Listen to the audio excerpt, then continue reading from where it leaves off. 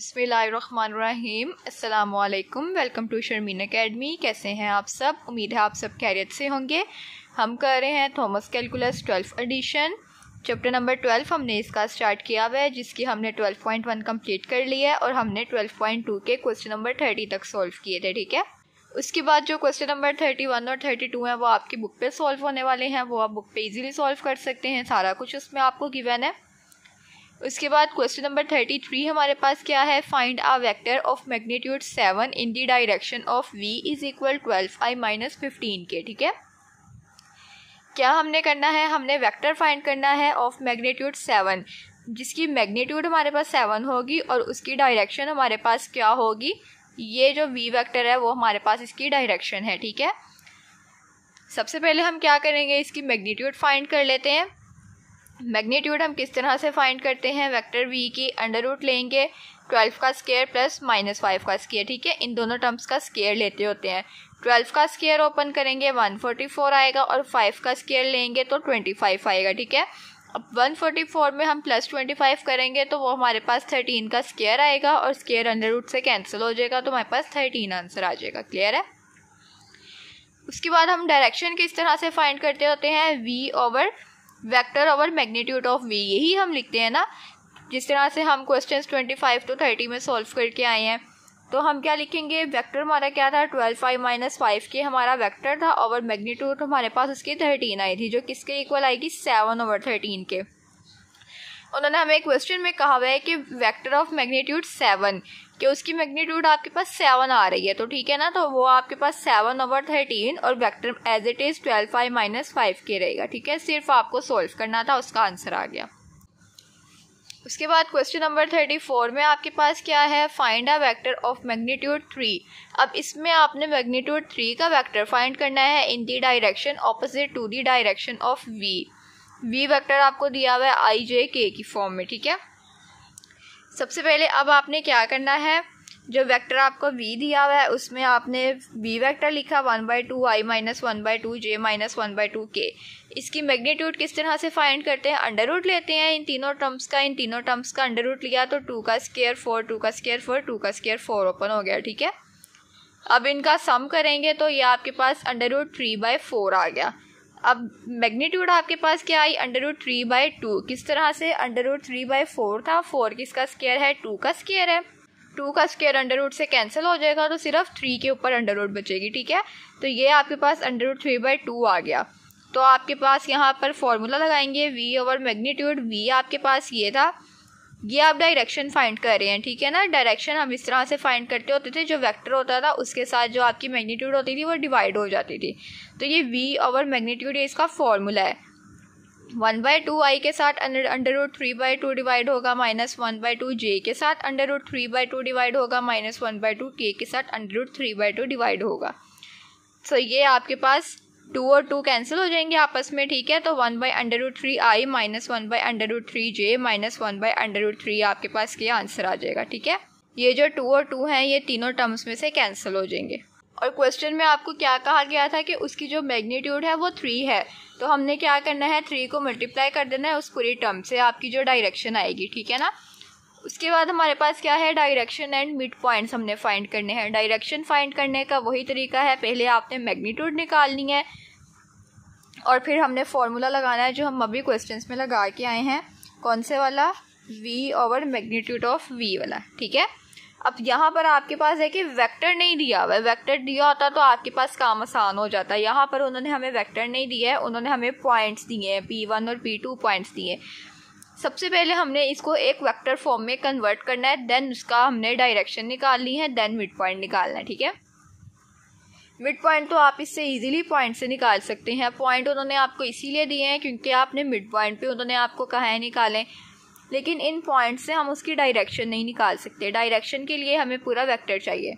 उसके लिए हम क्या करेंगे? p1 और p2 को सॉल्व करेंगे। 2 + 1 फॉर्मूले का माइनस और ये माइनस प्लस हो जाएगा। 5 - 1 और 0 - 5 के ये फॉर्मूला लगाया जो हम पीछे एक्सरसाइज के स्टार्ट में ये सॉल्व करके आए हैं। 3i हो जाएगा, 5 4j हो जाएगा और 5k हो जाएगा। ठीक है, i j और k के कंपोनेंट्स हमने अलग कर लिए। उसके बाद हमारे पास क्या है, P1 और P2 की हमने मैग्नीट्यूड फाइंड करनी है। मैग्नीट्यूड फाइंड करने का क्या है, अब ये हमारे पास एक वेक्टर बन गया है। मैग्नीट्यूड फाइंड करने के लिए हम इसका स्क्वायर का सम करते होते हैं। √3 square plus 4 square minus 5 square, ठीक है। 3 स्क्वायर 9, 4 स्क्वायर 16, 5 स्क्वायर 25। इन तीनों का सम करेंगे √50 हमारे पास आंसर आएगा, जो कि √50 किसके इक्वल होता है, 5√2 के इक्वल होता है। अब आपके पास डायरेक्शन आ सकती है, आपके पास मैग्नीट्यूड आ गया। डायरेक्शन के लिए क्या करते हैं कि जो हमारे पास वेक्टर होता है उससे अपनी लेंथ को हम डिवाइड कर देते हैं। तो ये यहाँ पर यही चीज़ लिखी है, ठीक है। उसके बाद जब हमने मिड पॉइंट फाइंड करना है तो मिड पॉइंट में देखें, मिड पॉइंट का फॉर्मूला लगाना है हमने। अपने पॉइंट्स देखें, x1 माइनस x2 होता है, सॉरी x1 प्लस x2/2 होता है, ठीक है ना। तो यहाँ पर देखें x1 -1 है और x2 2 है, तो -1 प्लस 2 किया ओवर 2 आ गया। इसी तरह से y1 plus y2/2, z1 plus z2/2। इनको सॉल्व करेंगे, माइनस प्लस माइनस होता है, माइनस करेंगे 1/2 आएगा, ठीक है। 1 + 5 करेंगे 6/2 आएगा। तो 6/2 की मैंने कटिंग करके 3 लिख रही है। 2 1 ज़ा 2 और 2 3 ज़ा 6, ठीक है। 5 + 0 करेंगे तो वो 5/2 आएगा, ठीक है। जिसकी कटिंग हो रही थी वो हमने कटिंग कर दिया। उसके बाद हमारे पास क्या है, क्वेश्चन नंबर 36 में देखें, P1 और P2 पॉइंट्स आपको गिवन है। इसके भी सबसे पहले आपने वेक्टर फॉर्म बनानी है, x2 minus x1, y2 minus y1 और z2 माइनस z1, ठीक है। ये आपके पास वेक्टर बन जाएगा 3i minus 6j plus 2k। अब वेक्टर की मैग्नीट्यूड फाइंड करनी है। अंडर रूट लगाएंगे 3 का स्क्वायर प्लस 6 का स्क्वायर प्लस 2 का स्क्वायर।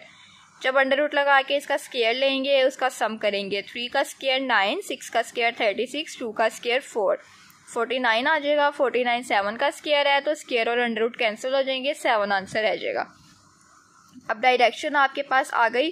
डायरेक्शन को क्या करते हैं, अपनी मैग्नीट्यूड से डिवाइड करते हैं, तो ये आपके पास इसकी डायरेक्शन आ गई। उसके बाद मिड पॉइंट हमने फाइंड करना है। मिड पॉइंट का क्या फॉर्मूला है, देखें, x2 plus x1/2, y2 plus y1/2, z2 plus z1/2। इनको सॉल्व किया, 4 + 1 5/2, माइनस और प्लस माइनस हो जाएंगे। 2 में से 4 किया, हमारे पास 2 आ गया और 2 और 2 आपस में दोनों कैंसिल हो गए, तो 1 आ गया, ठीक है। 7 + 5 करेंगे 12 आ जाएगा। 12/2 करेंगे, कटिंग हो जाएगी, तो 6 आ जाएगा, ठीक है। उसके बाद क्वेश्चन नंबर 37 में क्या है, आपके पास 2 पॉइंट्स हैं, P1 और P2। इनको वेक्टर बनाएं, x2 minus x1 i plus, अब वेक्टर फॉर्म के लिए तो i j k चाहिए है ना, तो हम इसमें x y z पॉइंट्स नहीं i j k के लिहाज से बात करेंगे, ठीक है। y2 माइनस y1 और z2 माइनस z1 करेंगे। 2 - 3 करेंगे, -1 आएगा, लेकिन हम -1 नहीं लिखेंगे, -i लिखेंगे, ठीक है। तो हमने -i लिख दिया। 3 - 4 करेंगे, -1 आएगा, लेकिन -j लिखेंगे। और 4 - 5 करेंगे, -1 आएगा, लेकिन हम 1 नहीं लिखेंगे, हम k लिखेंगे, ठीक है। उसके बाद हमने इसका मैग्नीट्यूड फाइंड करना है। -1 का स्क्वायर प्लस -1 का स्क्वायर प्लस -1 का स्क्वायर, ठीक है। 1 का स्क्वायर तीनों में ओपन करेंगे, 3 आएगा, तो √3 आपके पास इसकी मैग्नीट्यूड आई। और फिर हम क्या करते हैं, मैग्नीट्यूड को इसके लेंथ से डिवाइड कर देते हैं, ठीक है। तो आपके पास इसकी डायरेक्शन आ जाती है। ये हमने इसको -1 था, i j k में √3 से डिवाइड कर दिया, ये डायरेक्शन आ गई। उसके बाद जब हमने मिड पॉइंट फाइंड करने हैं, मिड पॉइंट का formula x2 plus x1/2, y2 plus y2/2 और x2 plus x1/2, y2 plus y1/2 और z2 प्लस z1/2, ठीक है। ये प्लस में है, तो आप x1 प्लस x2 भी कर सकते हैं और x2 प्लस x1 भी कर सकते हैं, क्यों, बिकॉज इसमें प्लस आता है, इसीलिए इसमें आपके साइन का भी इशू नहीं होगा, ठीक है ना। आप उसको x1 प्लस x2/2 से भी सॉल्व कर सकते हैं और x1 प्लस x2/2 से भी सॉल्व कर सकते हैं। 3 + 2 करेंगे, 5/2 आ जाएगा। 4 + 3 आपके पास 7 हो जाएगा और 5 + 4 9/2। इसमें से किसी की कटिंग नहीं होती है, तो ये एज इट इज़ आ जाएंगे, क्लियर। उसके बाद हमारे पास क्वेश्चन नंबर 38 में क्या है, P1 और P2 पॉइंट्स दिए हुए हैं, x2 minus x1, y2 minus y1 और z2 माइनस z1 करेंगे, ठीक है। आपके पास वेक्टर निकल आएगा। अब वेक्टर निकालने के बाद मैग्नीट्यूड लेंगे, 2 का स्क्वायर 2 का स्क्वायर 2 का स्क्वायर 4 4 4 आ गया। √12 किसके इक्वल होता है, 2 √3 के इक्वल होता है, ठीक है। उसके बाद हमने 2 √3 को इस पूरे जो आपके पास वेक्टर फॉर्म आई थी ये वाली इसके साथ डिवाइड करना था, 2 और 2 सबके साथ कैंसिल हो जाएंगे, पीछे रह जाएगा 1/√3i minus 1/√3j minus 1/√3k।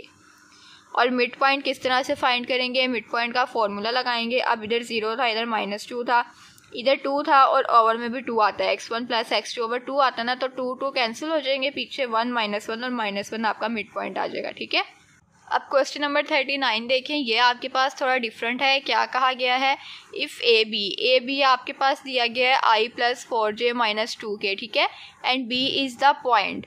आपके पास ए बी आपके पास पूरा वेक्टर ये दिया गया है कि ए बी को मल्टीप्लाई कर रहे हैं तो हमारे पास ये टर्म आ रही है। ठीक है, ये वेक्टर आ रहा है, जिसमें से बी टर्म आपको दी गई है, बी पॉइंट आपको दिया गया है, फाइंड ए, आपने ए पॉइंट फाइंड करना है। ठीक है, सो वो हम किस तरह से करेंगे। अब पॉइंट हम किस तरह से फाइंड करते हैं कि x2 - x1 करते हैं। ठीक है, तो अगर ए बी पॉइंट की बात हो रही है तो ए हमारे पास जो ए वाली टर्म है वो हमारे पास x1 वाली है और जो b वाली टर्म है वो बाद की टर्म है। ठीक है ना, तो हम क्या करेंगे, ए वाली टर्म में हम कुछ भी लेट कर लेंगे कि ये हमारे पास a b और c है। ठीक है ना, अब हमने क्या करना है, b आपको गिवन है तो 5 - a, इट मीन्स के x2 - x1, y2 - y1, z2 - z1। ठीक है, इसमें आपने a के लिए पॉइंट सेलेक्ट कर लिए a b c और उसको हमने कॉम्पोनेंट फॉर्म का फॉर्मूला लगाया दोनों पॉइंट्स पे और i j k लगाए। अब हमने ए पॉइंट फाइंड करना है तो ए पॉइंट में तो हमने ए बी सी लिए हैं, तो अब क्या मतलब है कि अब हमने इस ए बी और सी की वैल्यूज़ फाइंड करनी है। ठीक है, अब इन तीनों में से हम ए बी और सी की वैल्यूज़ को फाइंड करेंगे। सबसे पहले हम ले लेंगे 5 - a किसके इक्वल है, 1 के इक्वल है। किस तरह से कि ए बी पॉइंट में i की जगह 1 है, j के साथ 4 है और k के साथ -2 है। ठीक है, सो i वाली टर्म में हम i की जगह 1 ले लेंगे और 1 - b में आपके पास j वाली टर्म में 4 ले लेंगे और 3 - c में आपके पास k के साथ, यहाँ k है तो यहाँ हमने k वाली टर्म लेनी है, -2 लेनी है। ठीक है, 5 - a इज इक्वल है 1k। a फाइंड करना है, a यहीं रहेगा, 5 उधर जाके माइनस हो जाएगा, 1 - 5 करेंगे -4 आएगा, माइनस कैंसिल हो जाएंगे, a इज इक्वल 4 आएगा। इसी तरह से 1 - b इज इक्वल 4 हमने लिया था, j में हमारे पास क्योंकि 4 था, -b किसके इक्वल आएगा, 4 - 1 के, -b इज इक्वल 3 के, तो माइनस है वो कन्वर्ट हो जाएगा, b इज इक्वल आ जाएगा -3 के। इसी तरह c 3 - c किसके, -2 के इक्वल था, -c इज इक्वल -2 - 3। ठीक है, माइनस माइनस प्लस हो जाएगा, -5 बिकॉज साइन माइनस का आएगा, बड़ी अमाउंट के साथ माइनस था, 3 बड़ा था। ठीक है, माइनस और माइनस कैंसिल हो जाएंगे, c इज इक्वल आ जाएगा 5 के। सो ए बी सी पॉइंट्स में अब पुट करें, a की जगह 4 पुट करें, b की जगह -3 पुट करें और c की जगह 5 पुट करें, तो a पॉइंट आपके पास 4 - 3 और 5 आंसर आ गया। ठीक है, उन्होंने यही कहा था कि ए बी आपको गिवन है, ए बी आपको हमने बता दिया है क्या है, बी पॉइंट आपको गिवन है, ए आपने फाइंड करना है। तो हमने कैसे फाइंड कर लिया कि हमने उसको ए बी सी लेट कर लिया, कंपोनेंट फॉर्म लगाई, उसमें से ए वाली टर्म, बी वाली टर्म, सी वाली टर्म सेपरेट कर ली और आई जे के की जगह हमने आई जे के जो कंपोनेंट्स के साथ फॉर्म थी वो उठा ली। ठीक है, और उसको सॉल्व करके जब हमारे पास ए बी सी की वैल्यूज़ आ गई हैं तो उसको हमने वापस उसमें पुट किया तो हमारा ए का पॉइंट आ गया। क्वेश्चन नंबर 40 में हमारे पास क्या है, इसमें आपके पास सेम एज इट इज़ है, ए बी पॉइंट आपको गिवन है, ए आपको पॉइंट दिया हुआ है और बी फाइंड करना है। अब इसमें भी इसी तरह है, ए बी आपको ठीक है मल्टीप्लाई करके वेक्टर दिया गया है, ए पॉइंट गिवन है इसमें। अब इसमें हमने क्या करना है, फाइंड बी करना है। सो बी का वेक्टर तो वैसे ही बाद में आता है, इसको भी हमने A B C he late करना है बी को। ठीक है, लेकिन इसमें क्या होगा, x2 - x1। अब इसमें x2 b वाली टर्म आएगी, x2 a और x1 -2। सो हम क्या करेंगे, a माइनस इसका फॉर्मूले का और इसका प्लस हो जाएगा, a + 2 b + 3 और c -6। ठीक है, उसमें a b c बाद में आए थे, इसमें a b c पहले आएंगे। अब आई जे के साथ as it is a + 2 b + 3 c -6 separate कर लिए। i के साथ कौन सा कंपोनेंट था, -7 था, -7 लगाया। j के साथ कौन सा था, 3 था, 3 लगाया। और k के साथ कौन सा था, 8 था, 8 लगाया। ए फाइंड करना है, ए यहीं रहेगा, 7 -7 था, प्लस माइनस है, सॉरी +2 है, इज इक्वल से इधर आके -2 हो जाएगा, माइनस माइनस किया +9 हो जाएगा, लेकिन साइन माइनस का रहेगा। इसी तरह से b + 3 इज इक्वल 3 था, b इज इक्वल आ जाएगा 3 - 3 कैंसिल हो जाएंगे, 0 आ जाएगा। इसी तरह c - 6 इज इक्वल 8 था, c किसके इक्वल आएगा, 8 + 6 के, जो कि 14 के इक्वल आएगा। तो a b c की पॉइंट्स आपके पास -9 0 और 14 आंसर आ गया। ठीक है, जो हमने a b c b के पॉइंट्स यहाँ लेट किए थे वो हमने यहाँ पर पुट कर दिए। क्लियर। सो इस वीडियो में हमारी एक्सरसाइज नंबर 12.2 कंप्लीट हो गई है। जितनी हमने कोर्स आउटलाइन के मुताबिक इसके क्वेश्चन करने थे हमने सिर्फ वही किए हैं। ठीक है ना। अगर इसके अलावा किसी को कोई और क्वेश्चन समझना है तो वो कमेंट बॉक्स में मुझे बता सकता है, लेकिन मेरे पास जो इसकी आउटलाइन थी BS स्कीम के अकॉर्डिंगली, उसके अकॉर्डिंगली मैंने आपको क्वेश्चन करवाए हैं, तो मेरे पास इसके यही क्वेश्चन थे। ठीक है। सो नेक्स्ट वीडियो में हम इसके 12.3 को सॉल्व करेंगे। तब तक के लिए आप इस वीडियो को लाइक करें, कमेंट करें, शेयर करें और मज़ीद वीडियोस देखने के लिए चैनल को लाजमी सब्सक्राइब करें।